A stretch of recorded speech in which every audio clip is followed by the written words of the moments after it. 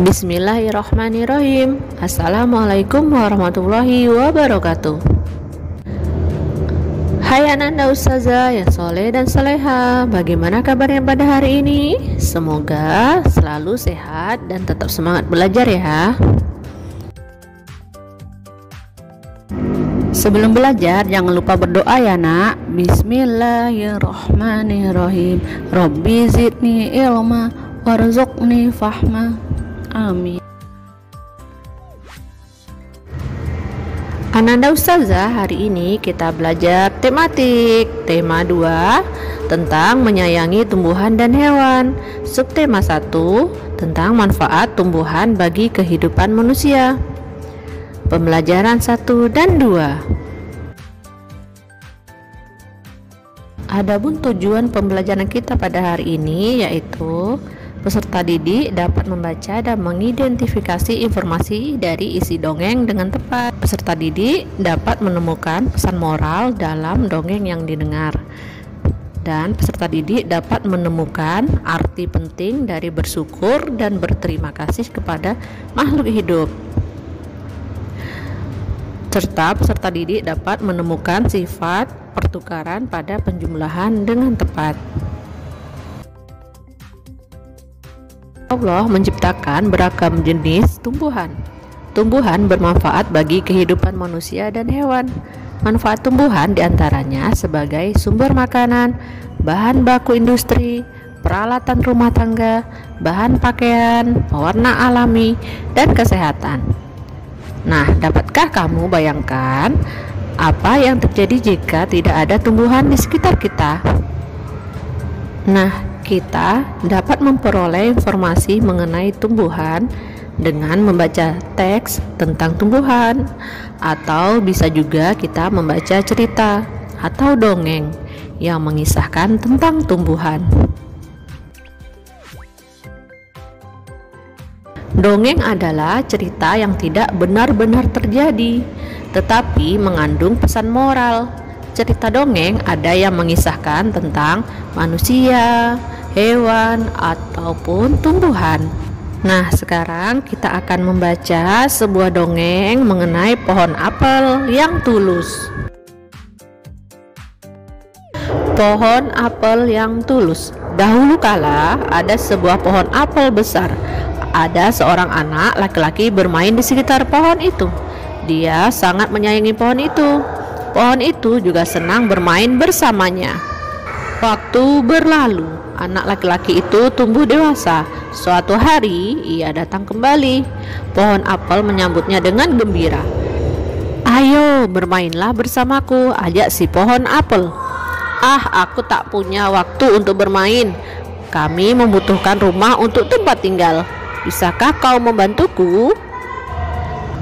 Kamu boleh memotong cabang-cabang pohonku untuk membangun rumahmu." Jadi anak laki-laki itu memotong semua cabang pohon dan pergi dengan riang.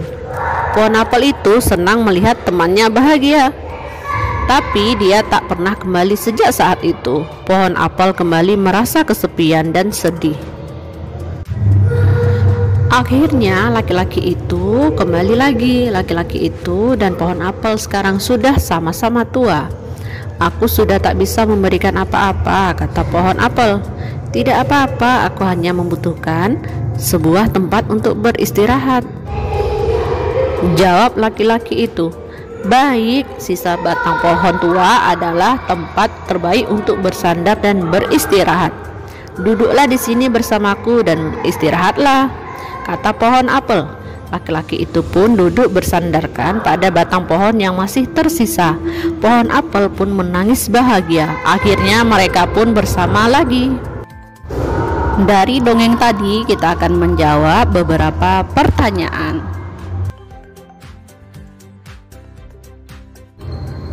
Siapa teman pohon apel?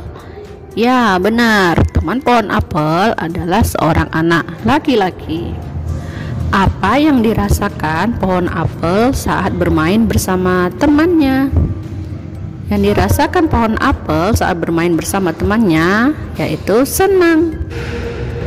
Apa kebaikan yang diberikan pohon apel? Kebaikan yang diberikan pohon apel yaitu memberikan cabang pohon untuk dijadikan rumah oleh temannya, seorang anak laki-laki. Selanjutnya, mengapa pohon apel merasa kesepian dan sedih? Karena temannya, seorang anak laki-laki tersebut, tidak pernah mengunjungi pohon apel. Di akhir cerita, mengapa pohon apel menangis? Pohon apel menangis bahagia karena bisa bersama temannya.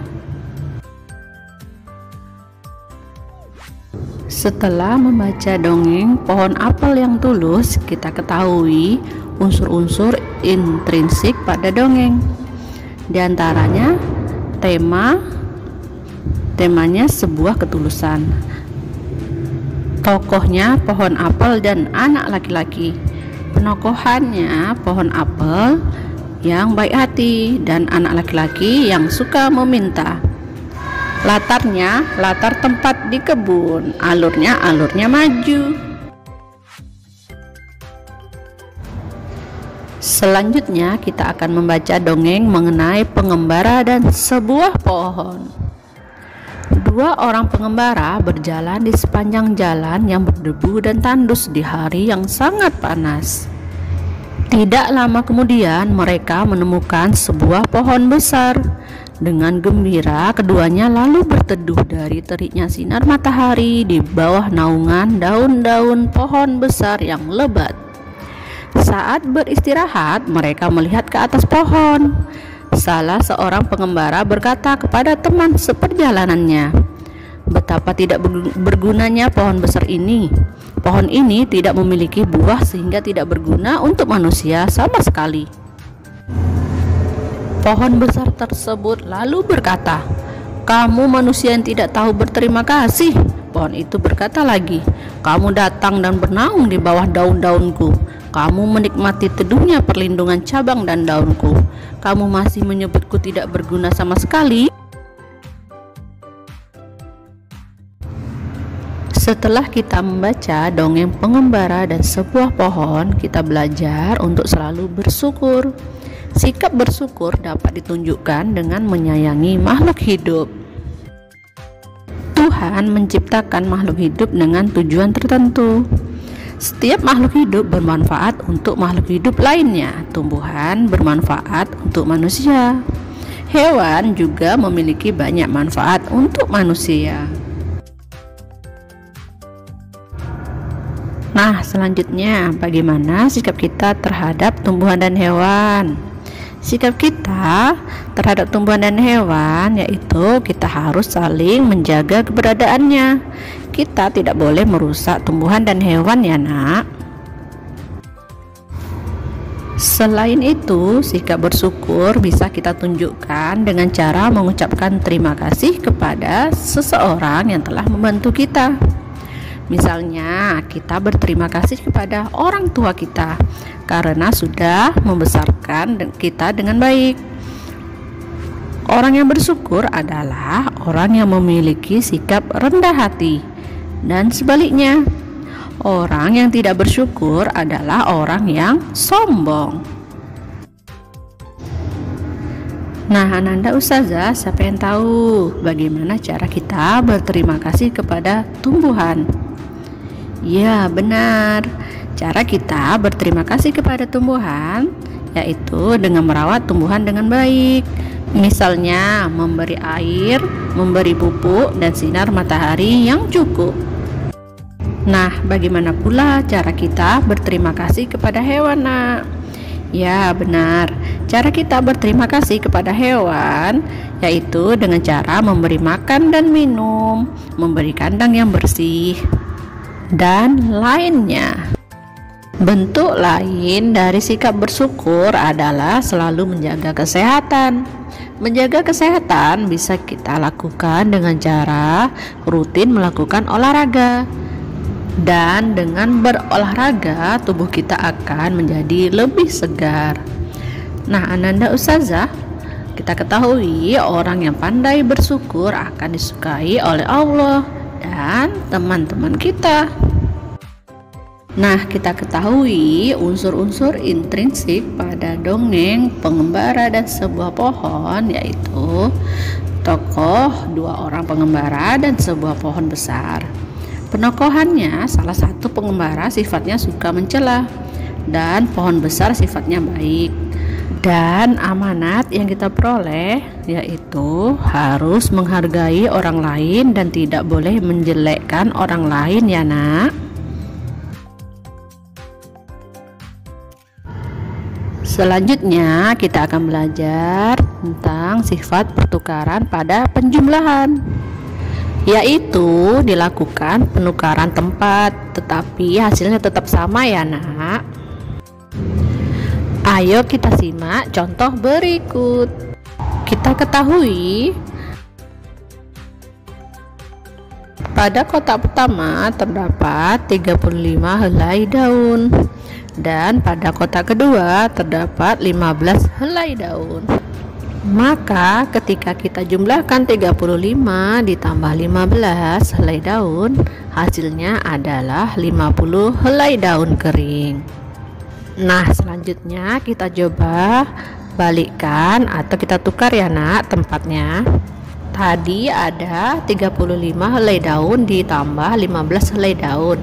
Nah, sekarang kita tukar 15 helai daun ditambah 35 helai daun, dan hasilnya apakah sama, ya? Ya, benar, hasilnya sama, yaitu 50 helai daun kering. Nah, Ananda Ustazah dapat kita simpulkan bahwasannya dalam penjumlahan apabila bilangan pertama dan bilangan kedua dijumlahkan, maka hasilnya sama meskipun ditukar atau dibalik tempatnya. Seperti 35 ditambah 15, hasilnya 50. Sama juga dengan 15 ditambah 35, hasilnya juga 50. Seperti itu, ya Ananda Ustazah. Nah, mudah kan? Sekarang coba kita perhatikan pada contoh yang kedua. Nah, apakah hasil penjumlahannya akan sama, ya? 200 ditambah 350, maka kita hitung terlebih dahulu dengan penjumlahan bersusun, ya nak. 200 ditambah 350 kita jumlahkan dari satuannya. 0 ditambah 0, 0, 0 ditambah 5, 5, 2 ditambah 3, 5.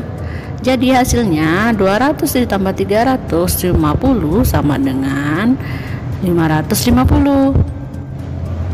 Sekarang jika letaknya ditukar atau dibalik, ya nak, 350 ditambah 200, pasti hasilnya akan sama, ya nak.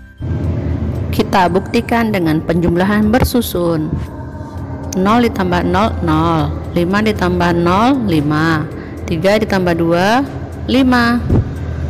Nah, jumlahnya sama, yaitu 550.